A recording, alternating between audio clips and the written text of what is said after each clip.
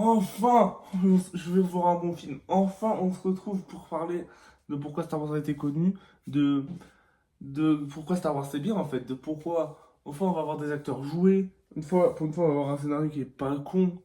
Pour une fois, ça va être bien. Donc, bienvenue dans. T'as oublié Rogue One et Solo? Ou pas non? Bah si. Ou pas non? Bah si. Ou pas non? Bah si. Ou pas non? Ou pas non? Ou pas non? Bah si. Ou pas non? Bah si. Ou pas non? Bah si. Bah si. Bah si.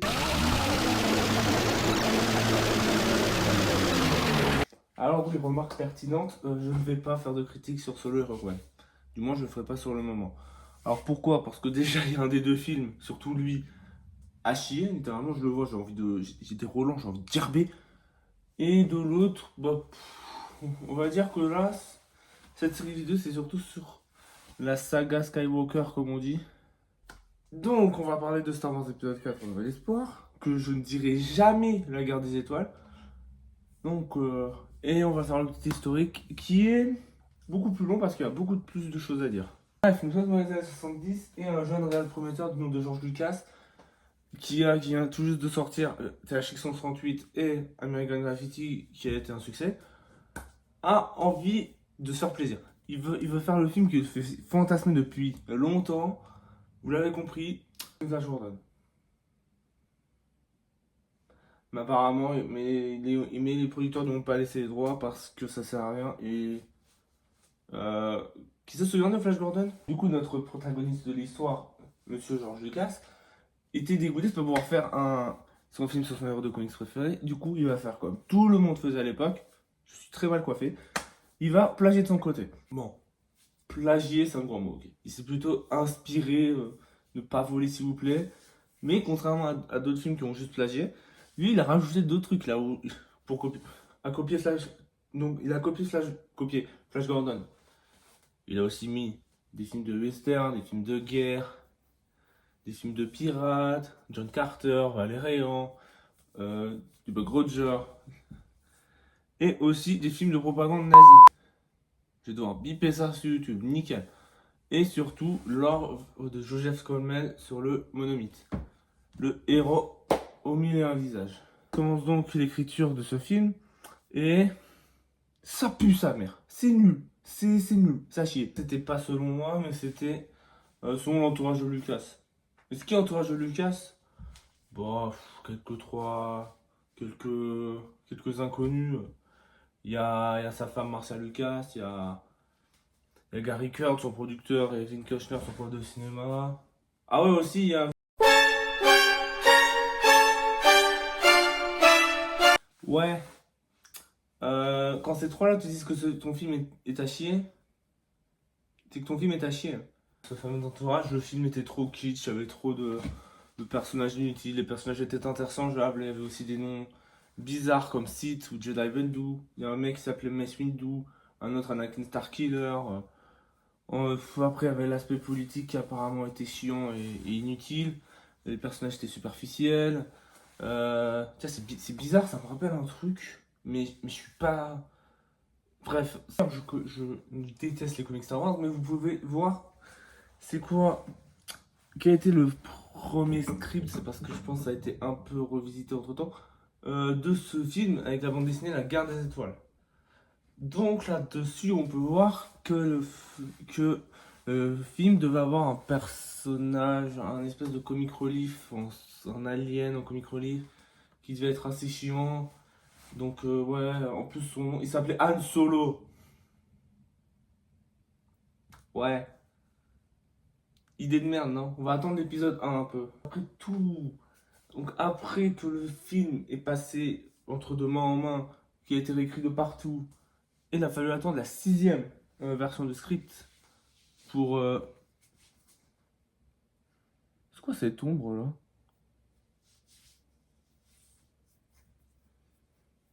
Putain, il y a un fantôme. On l'a dit. Ouais, attends, je suis dans la merde. Euh... Attends, mais c'est censé être la partie de la vidéo sérieuse, ça fait chier. Bref. Ah merde. C'est où c'est ça? Bon, j'ai vaincu la menace. Donc je disais, donc après que le film est passé de main en main, qu'il a été réécrit environ 6 fois. On peut commencer le tournage. Et c'était de la merde. Il y avait Lucas, il s'occupait pas du tout du plateau de tournage. Les acteurs ne savaient pas quoi faire, du coup c'était le bordel. Il y avait trop de scènes inutiles. Et là, on peut remercier Marcia Lucas, qui est l'ex-femme de George Lucas, qui a fait un grand coup de montage et qui s'est débarrassé de toutes les scènes inutiles du film. Et là, on a eu le merveilleux film qu'on connaisse aujourd'hui, avant l'édition spéciale. On va en reparler plus ou moins. Donc, est-ce que ce film est vraiment bon? Évidemment. Bref, le film commence encore et toujours dans une galaxie lointaine, très lointaine.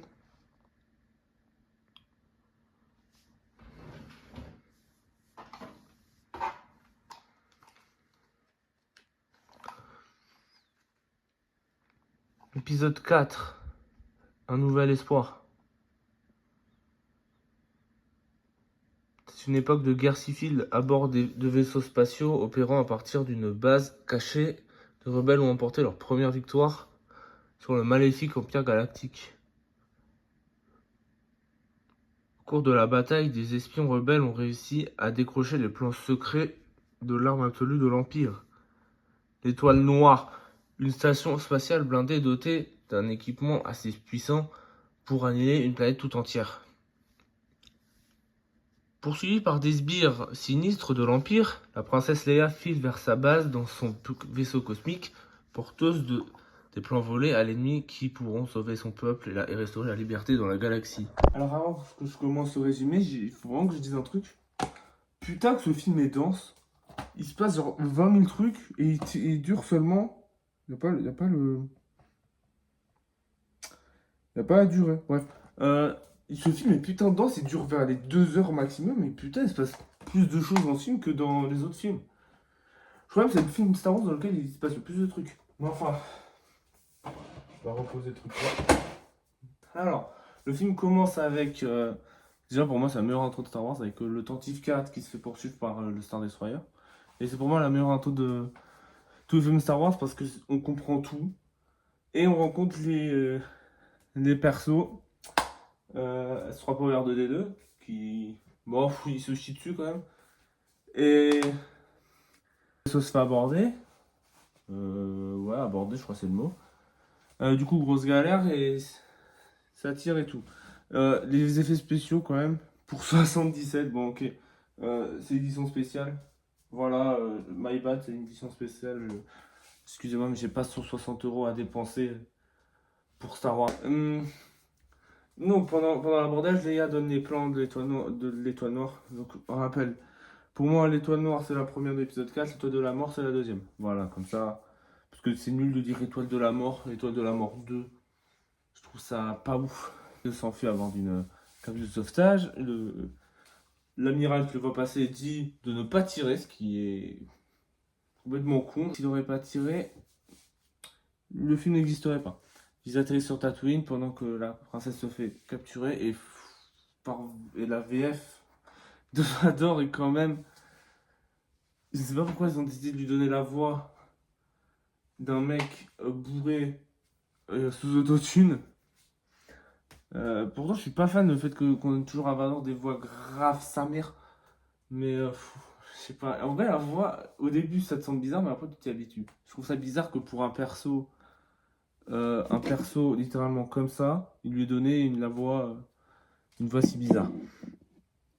Donc, les deux droïdes arrivent sur Tatooine, ils se séparent parce que C3PO c'est un putain de connard dans ce film. À chaque fois il dit putain R2 c'est ta faute. C3PO est un connard dans ce film, mais c'est mieux que dans l'épisode 2 où c'est le comic relief de merde.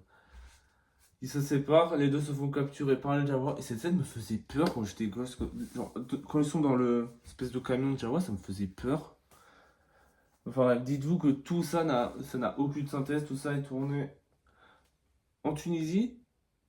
Je crois que c'est Tataouine la ville, mais je suis pas sûr, c'est tourné en Tunisie comme l'épisode 1. Et donc, après ils commencent. Les Jawas arrivent au désert de Juneland pour aller voir Oncle Owen. Et Oncle Owen qui reconnaît pas ses 3 PO. Pourquoi? Parce que peut-être la prélogie n'était pas prévue depuis le début. Et peut-être le fait d'avoir donné ces 3 PO à Owen et le fait d'avoir dit que ces 3 PO a été construit par Anakin, c'est complètement con, mais bon. J'ai taclé la prélogie pendant 3 épisodes et je ne vais pas continuer. Là, on est là pour parler de bons films. Donc, c'est donc qu'il va l'acheter le droïde rouge qui explose parce qu'il explose. Ah non. Ah non, parce que les fans de Star Wars ont quand même créé une histoire qui dit que le droïde a la force. Le droïde a la force. Et il s'est fait exploser lui-même. Parce qu'il a eu une vision et. Donc, le droïde rouge pète et du coup, ces 3 PO et R2D2 sont vendus à Owen qui lui décide de s'en occuper et R2D2 manipule littéralement Luke en lui montrant le message de Leia. Donc Luke, je vais pas dire, j'ai dit qu'il a la dalle, mais il a moins la dalle que son père à l'époque. Donc non, il a pas vraiment la dalle, juste il la trouve bonne. Bon, ok, c'était pas prévu que ce soit sa sœur, donc j'imagine que ça passe. Après, après R2D2 s'enfuit et bon, ouais, pendant qu'il s'enfuit, t'as lui qui il va poser devant le coucher de soleil, voilà. Bah, c'est une scène culte, limite la scène la plus culte de tout Star Wars. Oui, même si, ok, malheureusement, ça c'est avec toutes les scènes cultes, vu qu'on les a tellement vu qu'on la revoit une dernière fois, bah, on n'a plus aucun effet, quoi. Donc il s'enfuit, il va le chercher, il tombe sur des hommes des sables qui lui cassent la gueule. Pendant ce temps, donc il retombe, parce que R2D2 dit appartenir à un certain Obi-Wan Kenobi. Donc il va chercher, et après il se fait rattraper par Ben Kenobi qui est Obi-Wan. Mais en parallèle, il y a la princesse Leia qui est capturée, qui est emmenée sur l'étoile noire. Ensuite, t'as un débat sur le fait que l'étoile noire, blablabla, les plans, tout ça. C'est un débat bien. Bon, on rencontre un des meilleurs personnages de tout Star Wars. C'est dommage qu'il soit dans un seul film. Grand Moff Tarkin, l'acteur est incroyable, le personnage est incroyable. Et donc ensuite la princesse se fait torturer par un espèce de druide avec une seringue. Ouais. Ce qui est cool c'est qu'ils ne le disent pas. Alors je m'en bats les couilles les fans de Star Wars s'ils le disent dans un livre comment il marche. On s'en fout. Ça sert à rien. Obi-Wan amène Luke à sa maison pour montrer le sabre laser, le fameux sabre laser de son père. Son père qui n'était pas prévu qu'Anakin c'était pas Dark Vador quand ils ont écrit l'épisode 4. C'était pas prévu, du coup, mais dans le 6, ils ont réussi à bidouiller tout ça pour que ce soit pas de la merde. Parce que Dark Vador a tué le père d'Anakin, oui, c'est un autre point de vue. Qui ne peut pas rester mais malheureusement, entre temps, les Stormtroopers sont passés, ont zigouillé les Jawa et ont pas tué Oncle Owen et Tante Beru. En fait, on sait pas parce que pourquoi ils brûleraient tout. Il y a une théorie qui disait à l'époque, mais la théorie, l'année de la sortie du film, de la trilogie originale, c'était Boba Fett.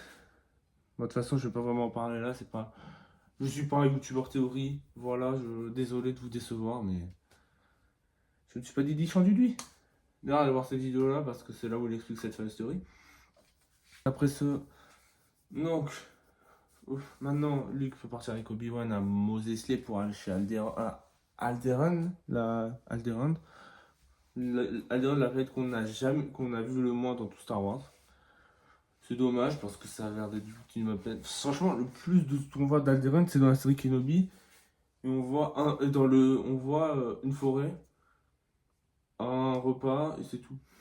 C'est dommage parce que Alderaan, ça a l'air d'être une bonne planète. Surtout, il y avait Bail Organa qui était l'un des seuls bons persos de la prélogie. Donc, ouais, tant pis. Donc ils vont sur Mos Eisley, ça va, la scène d'introduction est un peu gâchée par l'édition spéciale parce qu'on voit trop de trucs inutiles, genre il y a un gag trop prélogie en fait. Il y a un gag où il y a une petite merde qui tombe, qui crie, donc c'est vraiment un gag à la prélogie franchement. Euh, ouais, je, Je précise parce que là, parce que l'édition spéciale, je la critique un peu. Il y a plusieurs éditions spéciales, mais aucune, et je dis bien aucune, est faite par Disney en fait. Parce que j'ai quand même vu des gens, des humains en position d'un cerveau, qui ont quand même dit que si l'édition spéciale existait et était pas ouf, c'est à cause de Disney. En quelle putain d'année? Tu compares une édition spéciale qui est sortie vers les années 90, avant la menace fantôme, donc avant que votre ami Disney rachète Star Wars pour faire deux excellents films, un bon film et les autres, je ne dirais pas. Les fans de Star Wars ne connaissent rien au cinéma, ils sont trop cons. Je pense que j'atomiserai les fans de Star Wars, pas dans cette critique-là, mais dans la critique d'épisodes 7 et 8, où ça va chier. Les envers Modesley, donc il y a la fameuse scène de C'est pas ces drogues que vous recherchez, qui je pense, est le pouvoir de manipulation d'esprit, qui est littéralement, je pense, plus un pouvoir de Sith, parce que c'est vraiment. C'est chaud quand même. Donc après tout ça, ils arrivent à la cantina. Donc t'as Obi-Wan, il va chercher un pilote et il tombe par hasard sur Chewbacca. J'insiste sur le par hasard parce que les fans de Star Wars, vous êtes des cons et vous avez créé une théorie qui dit que ouais, Yoda il a tout prévu en fait. Regarde, Yoda il est pote avec Chewbacca dans le 3, donc il a tout prévu. C'est pour ça que après t'as Obi-Wan, il est au courant, du coup il allait voir Chewbacca qui son, son but était de pote avec Yoda. Je vous ai cru, Yoda c'est qui? C'est Edmond Dantès, enculé. C'est Dimension, mais il faudrait le faire foutre. C'est quoi cette théorie de merde? Les fans de science, ils détruisent tout en expliquant des choses qu'on veut pas savoir. Il y a le truc du droïde et aussi cette théorie de merde. À quoi ça sert? En train de Solo, joué par Harrison Ford, qui est. C'est le personnage préféré de tout le monde et c'est compréhensible, il est incroyable. Bon, il y a la scène de Greedo avec le handshot first ou pas. Moi, dans cette version DVD, Greedo a tiré en premier. Donc dans l'original c'est Han Solo, là c'est Greedo. Et sur Disney+, ils tirent en même temps et c'est la scène du Makangi. Alors c'est pas Disney qui a fait ce changement, c'était Lucas, mais il avait prévu de ressortir toute la saga en 3D. Et il a fait ce changement pour faire chier les fans. Mais bon. Faut taper sur Disney, écoute, c'est... Vous voulez pas admettre que votre dieu George Lucas n'est pas si fort que ça? Je vous rappelle qu'Han Solo aurait dû être le chercheur de la trilogie originale. Je vous le rappelle juste. Donc ensuite, t'as la scène de Jabba qui sert à rien, mais qui sert à rien en fait. Donc la scène de Jabba ne sert à rien, cool. Pour ensuite... Bon après, t'as lui qui vend son speeder, t'as plein de trucs inutiles, mais ça rajoute un peu du... Enfin c'est inutile dans le résumé, mais c'est des petites scènes qui rajoutent de la vie. J'en ai pas parlé au début du film quand ils prennent le petit déj, tout ça, ça rajoute de la vie à l'univers quoi. Il n'y a jamais eu ça dans aucun des autres films. Encore dans la prélogie. Donc, ils peuvent enfin décoller sans que les Stormtroopers les trouvent et que ça part en gunfight. Donc, ils décollent, ils s'enfuient enfin, ils passent en vitesse mi-lumière, donc dans le fameux Millennium Condor, comme ils disent dans la VF de 67. Millennium Condor. Pendant ce temps, Alderaan se fait détruire par l'étoile noire pour que Leia dise où est la base rebelle. J'aurais bien aimé voir Alderaan, mais bon, tant pis. Tant pis. Donc, nos héros arrivent. Donc d'abord, il y a l'entraînement de Luke. Entraînement entre gros guillemets, parce que là, il apprend vraiment pas grand chose. Il apprend juste vite fait à parer des coups de blaster. Ouais. Ils arrivent là où devrait avoir Alderaan, mais il n'y a plus rien. Et ils sont attirés par le champ magnétique de l'étoile noire. Donc, c'est la merde et les personnes comme CinemaSins vont râler pour dire ouais, c'est pas logique que 5 personnes arrivent à battre un grand empire alors que son troopers sont littéralement des milliers. Ouais, mais Star Wars, c'est un peu un conte de fées, donc d'un moment, soit tu l'acceptes, soit tu fermes ta gueule. C'est pour ça que c'est un conte de fées, Star Wars. C'est un conte de fées qui se passe dans un univers de science-fiction. Donc, donc pendant ce temps, Obi-Wan va désactiver le bouclier magnétique. Ensuite, Han Solo, Chewbacca, Luke se déguise en son trooper pour aller sauver les gars. Ces trois pouvoirs de D2 restent dans le bureau à rien faire, mais c'est pas grave. Donc il commence la mission infiltration entre gros guillemets, parce que se font tirer dessus, c'est pas ouf la mission infiltration. On a vu mieux en infiltration. Donc, Luke libère Leia. Pendant ce temps, Obi-Wan Kenobi enlève le bouclier magnétique. Vador, il sent la présence qu'il est là. Du coup, là, ça va chier. Parce qu'ils sont pas revus depuis l'épisode 3. Bon, allez, depuis Obi-Wan Kenobi, depuis la série Kenobi, mais bon. Pour moi, cette série n'est pas canon. Enfin, dans mon livre, c'est pas canon, mais bon, tant pis. Donc, il y a la scène du conduit à ordures qui. Franchement, belle scène, enfin, bonne scène. Même si, ok, c'est bizarre le fait qu'il puisse marcher alors qu'il y a de l'eau. Mais bon, on va dire qu'il y a un gros trou d'eau profond et le reste, c'est du sable, on va dire. Enfin, je suis dans la spéculation, mais bon, on s'en fout, c'est un conte de fées, tu l'acceptes ou merde, quoi, merde. Donc, donc ils sont à deux doigts de se faire broyer, mais grâce au bon moment, R2, face trop peu, ce tête de con, il avait bloqué son émetteur, au dernier moment, il a pu les aider. Voilà, perso, je change le droïde. Hein. Toujours en disant que c'est la faute d'R2. Donc, ils se séparent, t'as la scène où Han Solo, je sais pas, il court et après, il se retrouve face à une arme. Cette scène est complètement conne. Mais bon, ça va, c'est marrant. C'est des bons gags, c'est pas des gags comme dans le 1 où Jar Jar il fait de la merde. Ça, c'est des bons gags parce que Star Wars a le droit d'être drôle, mais là c'est drôle. Mais avec Jar Jar et tout, c'est pas drôle, je suis désolé.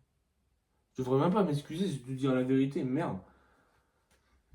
Donc il s'échappe.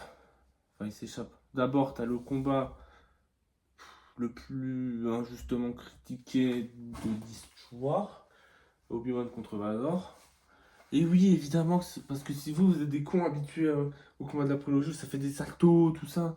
Dans ce combat-là, certes, il n'y a pas de pirouette, il n'y a pas de salto et tout. Mais il y a un truc qu'il n'y a pas dans les combats de la prélogie, c'est c'est que les adversaires essayent de se toucher en fait.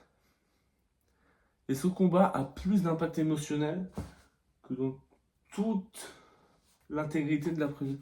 Dans tous les combats de la prélogie.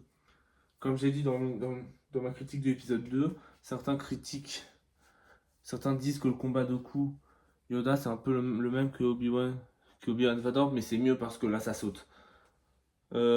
Ça, je vois pas le rapport, parce qu'en fait, ok, c'est mettre à portée en prenti, mais on connaît rien de Yoda et tout. Mais bon, j'ai déjà expliqué dans mon épisode 2, je vais pas me répéter, je suis pas.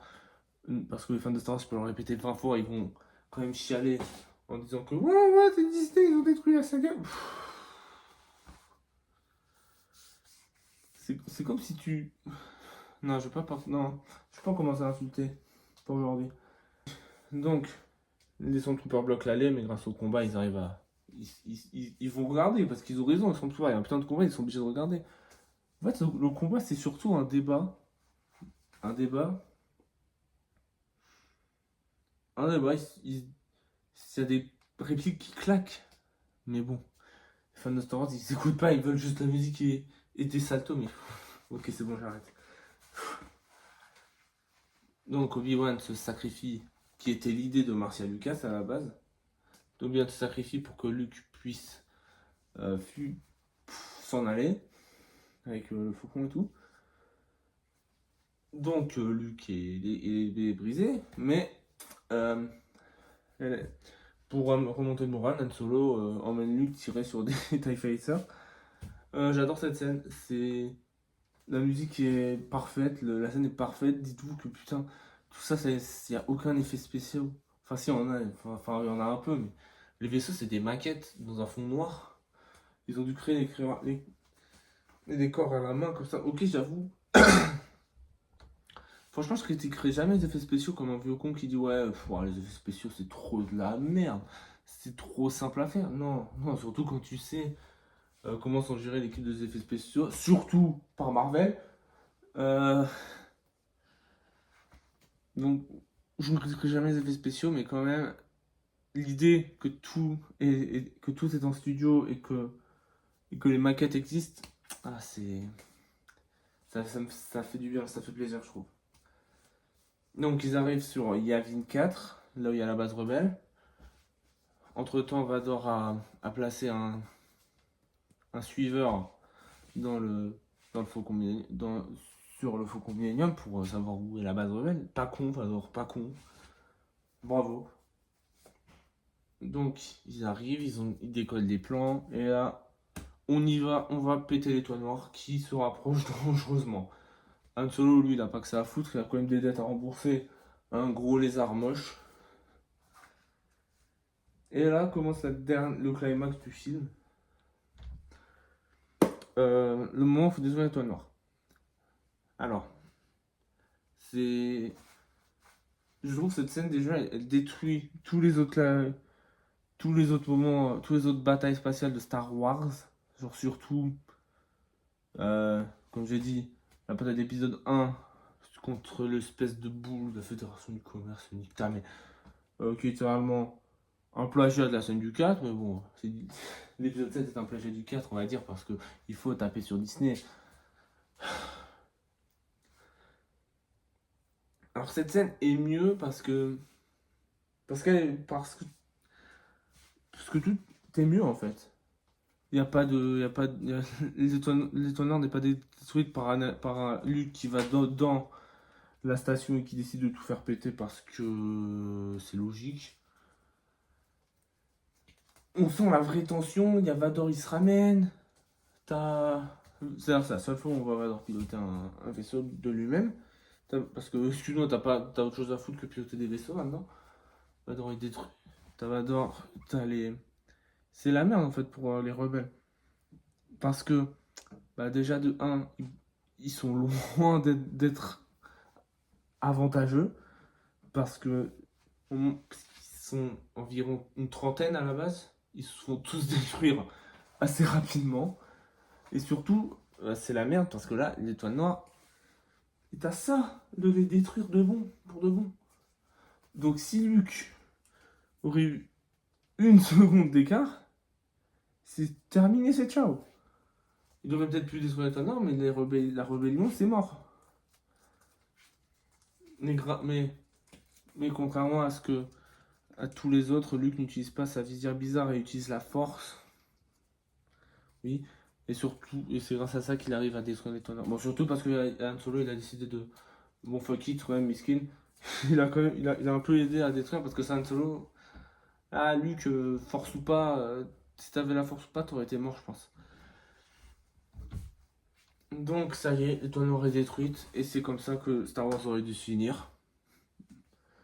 Ouais, parce qu'à la base, il devait y avoir qu'un seul film. Et c'est pas plus mal en y repensant.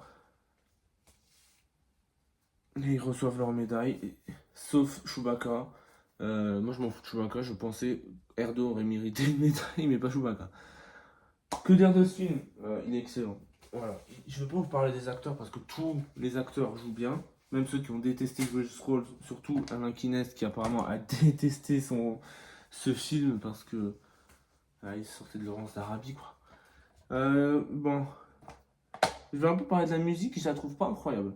Alors certes, il y a quelques thèmes marquants, mais la musique, c'est pas le mieux de la saga. Ouais. Sinon, le montage est impeccable, même avec l'édition spéciale où le plus gros problème, c'est la scène de Jabba qui sert à rien en plus d'être mal faite. Donc, est-ce que ce film est bon? Oui. Et ce film a incroyablement bien vieilli. Et se dire que tout ça, c'est 77, c'est incroyable. Donc, oui, regardez ce film. Je vous le conseille grandement. Et est-ce qu'il l'Empire contre-attaque est mieux? Ah, je sais pas. Bah oui, il est mieux, mais est-ce que je le préfère? Ah, je sais pas, je sais pas. Bon, j'espère que ça vous aura plu. Une critique un peu positive, ça fait pas de mal de temps en temps. Ciao tout le monde.